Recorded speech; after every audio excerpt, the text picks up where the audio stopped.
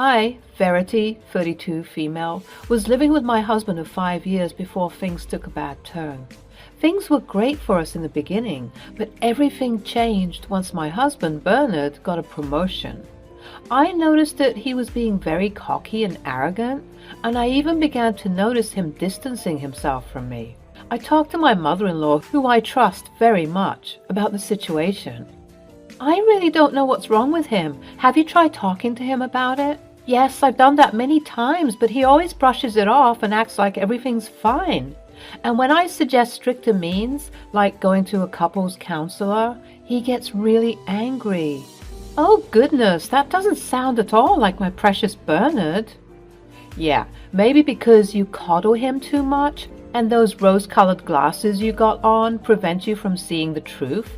Anyways, things were going awry for some time after he got his big promotion. A couple of months after enduring his insufferable behavior, I found some alarming news on Bernard's phone. I was cleaning the bedroom and I noted that he had left his phone dangerously close to the edge of the bedside table. I moved it, but at that moment I saw him getting a text from someone named Pizza Hut. How peculiar, I thought to myself. My curiosity got the better of me and I opened the message to see a slew of horrid things going on. My husband was cheating on me. I saw the myriad of texts and inappropriate pictures. They were flooding my eyes and it was all so overwhelming. At that moment, I heard some heavy footsteps coming towards the door. I quickly locked the phone and put it back where I found it. Bernard came in. Verity, where the hell are my socks? They're here, darling. I was just tidying up the room a bit. Why do you look like you've just seen a monster? Because at that moment I had just seen a monster. Standing in front of me was no longer my sweet Bernard, rather an unrecognizable beast who managed to ruin my whole life and shatter my whole heart in mere seconds. But of course, I was too weak at the time to talk about what I just saw. I just murmured something about how I was experiencing period cramps and he left. That night, I sobbed into my pillow with my cheating husband sleeping peacefully right next to me. Even though I was extremely saddened, I was also extremely angry as well. How could this man cheat on me after everything? I held on to this anger though and waited to expose my low-life husband to none other than his mother. Early in the morning before Bernard woke up, I opened his phone and gathered all the evidence I needed. Turns out that his mistress's name is Rita. I sent all of the information to my phone, put his phone back where I found it, and waited patiently for Deborah to arrive. Deborah arrived shortly after Bernard left for work. When I showed her all the horrible things I found, she too shared the same look of horror and disgust that I held when collecting all of this data. After moments of complete shock, she spoke up. We need to do something about this. He's absolutely gone crazy. I'm so hurt, Deborah. I know, my baby, but we'll get through this. I'll call him right now. Deborah proceeded to call Bernard. She put him on loudspeaker. Bernard, I swear to God, all of this better be some stupid and sick prank, because if any of this turns out to be true, I don't know how I will look you in the face again. Mom, slow down. What are you talking about? Who the hell is Rita? There was a silence, and although nothing was said, everything was indeed confirmed. He was cheating on me. And by the looks of it, it had been that way for quite a while now. You better get back home right this instant. We need to have this discussion face to face. Deborah hung up the phone, and for the next 30 minutes, while waiting for Bernard to return, I was completely inconsolable. Bernard finally arrived home, but he appeared to have a special surprise with him. He brought Rita. What is the meaning of this? Is this the wench? Don't call her that, Mom. I love her. What did you just say? Yes, Verity, I'm sorry you had to find out this way, but I guess now is about as good a time as ever. I am in love with Rita. She makes me happy. Lately, I've realized I am at a higher status than most of the things of my past life. I have to elevate myself, and to put things lightly, you're like the older version of a gaming console. Rita is like the PS5. Bernard, What are you saying right now? Do you know what you've put Verity through? And you, how dare you get with a married man? Have you no shame? Well, Mom, I believe that we're soulmates. He's in love with me and I'm in love with him. We're going to start a family together. Oh, so you think that you're going to change this man? Newsflash, honey, a cheater will always be a cheater. And based on what he's just said, he will always be searching for the bigger and better and newer thing. You're not special, sweetie. Take my advice and leave now before things get worse. I can see that you're young. You still have your life ahead of you. You can't be tied to a sick man like this. Enough! I know you're hurt, Verity, but it's not my fault you let yourself go. You have to understand, as a man, I have needs. And Rita gives them all to me. I guess this all goes without saying, but I want a divorce. As if my heart couldn't shatter anymore, it miraculously did. I was too stunned to say anything. Again, I began to zone out of this dreadful situation, but in the peripherals of my mind, I could hear barely audible shouting from Deborah and Bernard going back and forth. After some shouting, I received a text from my family lawyer. A great uncle of mine had recently passed away, and part of his will indicated that once the inheritance money had been properly divided amongst the appropriate individuals, only then will the actual amount be disclosed to the recipient. I found this to be particularly annoying, but that was just my great uncle Henry. He had a knack for being dramatic. The text read, Dearest Verity, as always, I hope you're well. As you know, your great-uncle Henry has left some inheritance money for you, but unfortunately, it's going to take a bit longer than expected to process the proper funds. Some of your family members are arguing about who gets to keep what. Please call for further clarifications if need be. Take care. Knowing my crazy and toxic family, I highly doubt that there'd be any money left over for me. I was always last place, and the same rang true for my failed marriage. I zoned back in to hear more commotion. Verity, are you even listening? What is there to listen to? Bernard has shown us who he is, right? He doesn't want to be with me anymore, right? That's that. I can't fight for someone who won't even fight for me, for us. But I will say this, Bernard. By the time your karma is finished with you, you will wish you'd never been born. I'm done here. And with that, I gathered up whatever strength I had left, went to my room to pack up some of my things, and walked out the front door. As I was leaving, Deborah was calling after me, assuring me that everything will be fixed. Bless her heart. She still believed that part of her sweet baby boy was still alive, but alas, all that I saw was a hollow shell of a man. For the next couple of weeks, I rented cheap motel rooms, and all the while, Bernard began processing the divorce papers. Bernard had friends who could help speed up the process. He acknowledged that this was hard for me, and he wanted to speed up this process as fast as possible so that I didn't have to suffer any longer. Sounds to me like a guilty conscience. At this point, I was so drained. I had cried all of my tears out. Not long afterward, approximately 6 months after the debacle went down, Bernard and I had officially been declared as divorced couple. Throughout the whole debacle of who would get what and what would be split, I decided to be cordial about everything. Part of the reason why the process was fast was that, surprisingly enough, we were very agreeable about most things. Bernard, being the selfish guy he was, wanted to keep most of his money, knowing that I didn't have a dime to my name, considering I was a housewife. Even though this was the case, I desired none of that money, because it was the same money that caused him to be so selfish and evil. Well, I guess that settles it then. It was nice knowing you, Verity. I hope you take care of yourself. I hope you rot in hell where you belong. I have no desire to keep in contact with you, so please refrain from doing so. Have the day you think you deserve. I stomped off, obviously jaded and hurting still, but I was picking myself back up again. While I was still legally married to Bernard, I used the money in our shared account to kickstart a small business I had in mind, a little cafe that I began to rent. It was a way for me to make money since I knew that I would be getting little, if nothing, from this divorce settlement. As I was walking to my apartment complex that I began renting shortly after kickstarting the business, I received an email from George. I was very confused by this, as I wasn't expecting what I read from the email.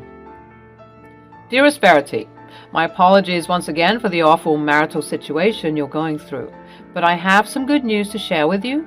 Please contact me at your earliest convenience. 3 hours later, George and I were meeting at my quaint little cafe to discuss whatever news was so important that he couldn't tell me on the phone. Hello, George. I hope you're well. Hey, Verity. I can tell that you're hurting, so I'm not going to take up much of your time. Let me cue to the chase. You've got the inheritance. What? What did you say?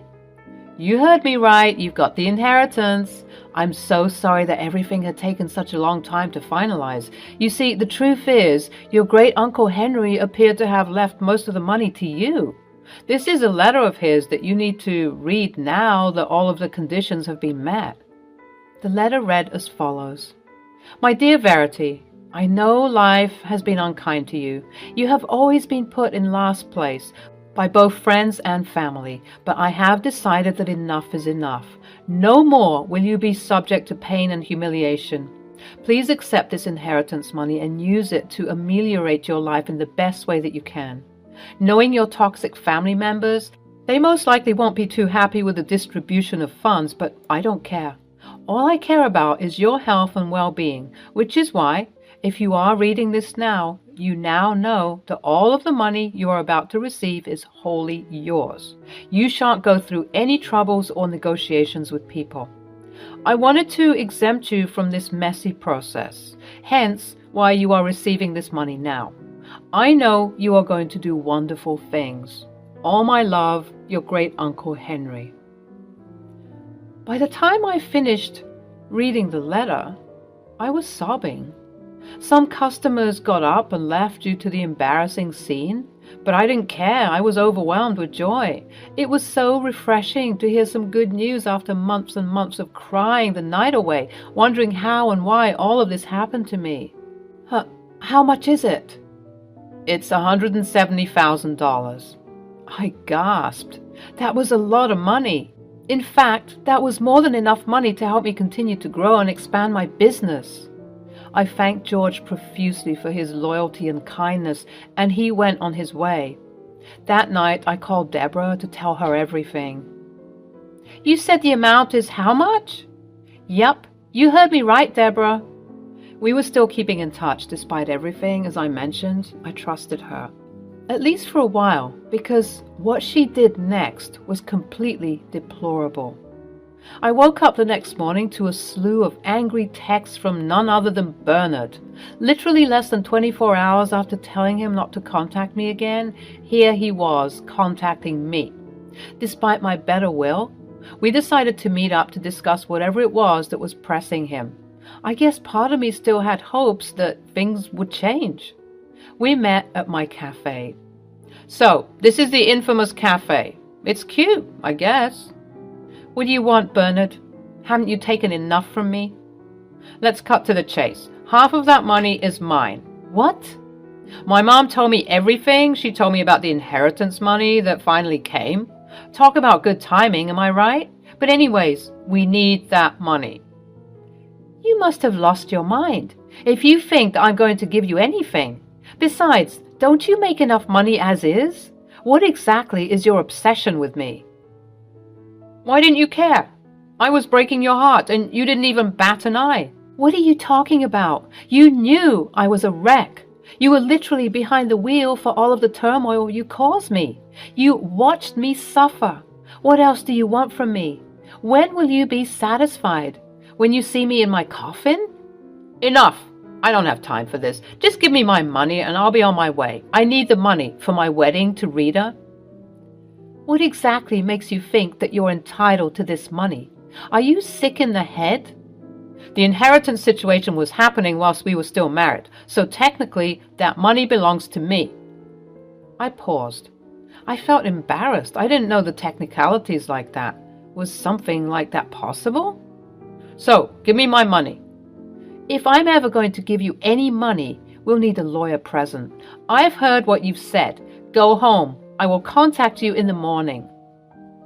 Bernard begrudgingly left, angry because he couldn't control me any longer. If we'd still been married, I would have given him my kidney if he asked me, but now I can't even look this man in the eye without feeling disgusted. In the morning, I called George, as well as the lawyers who were helping us out with the divorce. I explained my situation, and everyone agreed in unison that what Bernard was doing wasn't logical or right, because the inheritance money was finalized after signing the divorce papers, and any money that comes my way is mine, which is exactly what I thought. But Bernard tried to gaslight me into believing that I owed him anything. Angrily, I drove to the house that I used to call home for 5 years, and I knocked on the door. Eventually, someone answered. "Oh, hell. Move. I'm not here for you. I'm here for your evil fiancé." "What is the meaning of this? Don't you dare come into my house and cause a ruckus." "Oh, you mean our house? The house that we built together. You have a lot of nerve treating me the way you do, as if I wasn't good to you. I genuinely believed that you should get your head checked because there are some screws loose. Where is your mother?" At that moment, like clockwork, Deborah came out of the kitchen. "Now, what's all this noise I'm hearing?" "Deborah, how could you do this to me?" "What do you mean?" "You told your trifling son about the inheritance money. What for?" "Don't speak to me about my son that way. And I told him because, well, I believe that perhaps we could partake in some of that money." I should have known where Bernard got his cheating habit from. I guess the apple didn't fall far from the tree. All of you are sick. You're trying to siphon money from me? I'm struggling to keep afloat, and something good has happened to me for once in my life, and you people want to take that away from me. Well, too bad.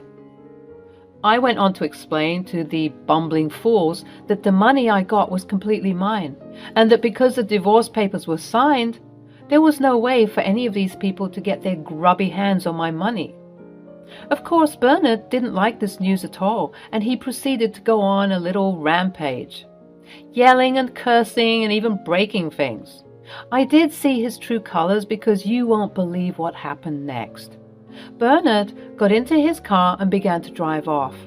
I thought that we were done arguing and that he went somewhere to cool off, but when I arrived at my cafe, I found my store had been vandalized. The windows were broken and most of the furniture was damaged. I immediately knew who did this and I called the perpetrator. "Bernard, really, you vandalized my shop?" "It had to be done. You aren't giving us the money. Maybe now you cooperate. I know that you don't have security cameras, so good luck trying to press charges." Wow, just wow. I cut the call and proceeded to call my good friend George to assess the situation. George began to laugh. "We got him now, Verity." "What do you mean? He's ruined everything. He's ruined my life, and even if I fix it, he'll come back again and again." "Don't you see, Verity? We can sue him for this. And with that being said, we can also renegotiate the terms of your divorce settlement." "What? But I don't have evidence." "Yes, you do. There's always evidence." And sure enough, there certainly was. I discovered that the cameras that came with the building were still working. I was under the impression that they weren't functional, and I caught Bernard's vandalism very clearly. I brought this evidence to George to collate and compose a case against Bernard. Thankfully, our case was well received, and because of the nature of our tumultuous relationship as well as the collection of all of the verbal and emotional abuse that had happened to me, I was highly favored, and the judge determined that I will be receiving $20,000 from Bernard in damages. This obviously made Bernard fill up with rage, and he proceeded to appeal this, but time and time again his appeal was rejected. Now that I have all this money, I can properly cater to my cafe and allow it to grow and expand. The last I heard of Bernard, Rita, and Deborah was that they were all constantly quarreling and bickering, and word on the curb is that Bernard has been spotted several times with a young and attractive blonde woman on his arm.